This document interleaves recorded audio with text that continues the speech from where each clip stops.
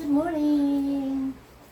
For today's video, ako ay mag-aadobo ng isang katutak na kangkong. Eto, hihimayin ko siya.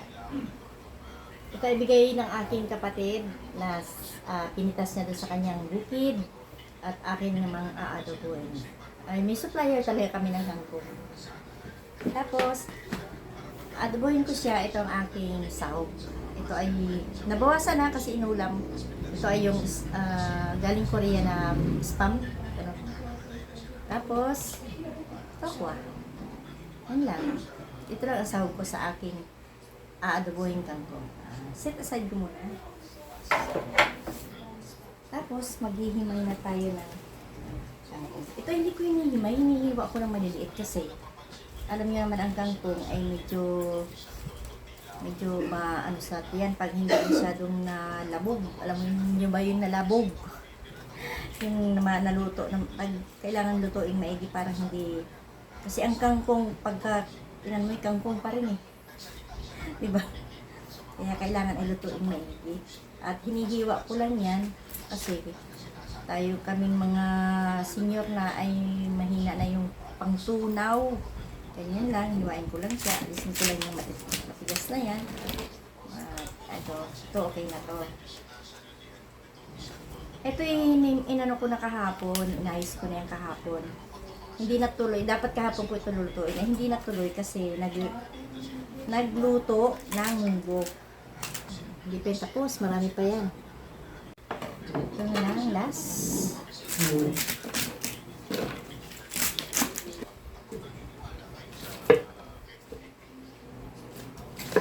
Oh, ang dami. Pero pag ito naluto, konti lang to. Meron, ito yung pang tanghalian na rin at hapunan. Ganyan kami katipid mag-ulam.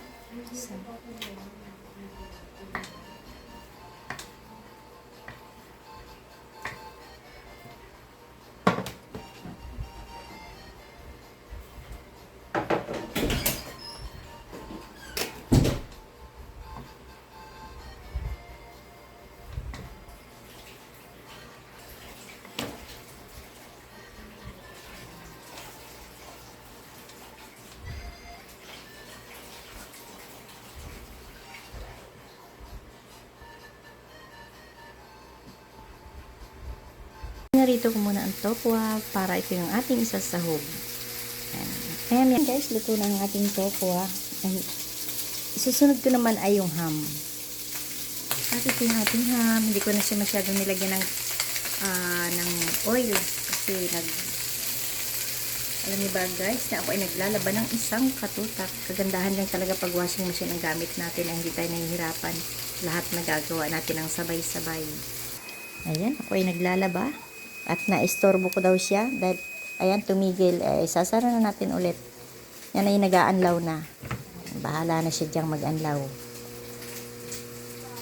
Ayan, luto na ang ating ham, kaya akin na siyang hahanguin at set aside na lang muna natin yan. Set aside muna. Isa ko ng ating sibuyas at bawang. May mga dikit-dikit pa akong tokwa. Hindi ko na siya tinanggal. Yan din naman siya pupunta. Aking kangkong. Hindi ko na isasama yung kamote. Kasi marami na ito. Sayang naman din. Para pag nagsigang kami, pwede ko nang magamit yung talbos ng kamote. Hindi na ako bibili.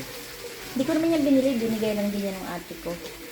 Kaya masarap talaga pag may tanim, ano? Hindi ka na bibili ng mga ganyan-ganyan. Kaya pag kami nakalip, tansyahan na lang yan. Hindi ko na kinakal. Bahala na magdagdag. Lagyan ko na rin ng paminta. Damihan natin para medyo maanghang at wala na ako.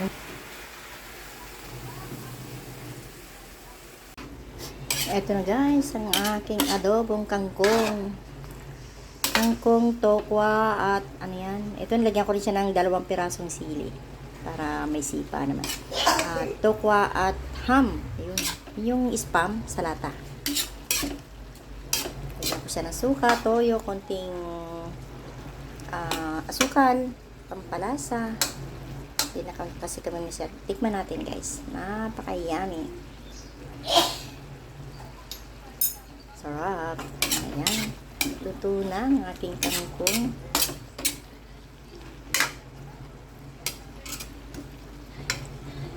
Yan ay ulam na namin tanghalian at hapunan. Ayan ang simpleng ulam namin.